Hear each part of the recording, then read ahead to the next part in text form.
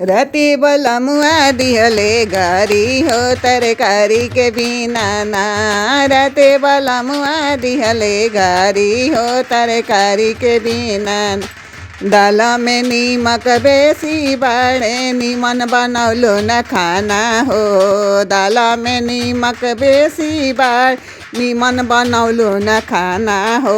कवनो कौनो बहाना खोजी खोजी मारस बलमुआ ताना हो। कवनो कौनो बहाना खोजी खोजी मारस बलमुआ ताना। एकर सही रंगदारी हो तरकारी के बिना ना।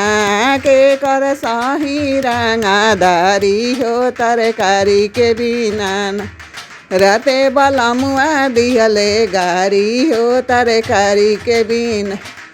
बढ़ी चढ़ी के बोलेली बोलिया छोटा की ना दिया हो। बढ़ चढ़ के बोलली बोलिया छोटा की ना दी।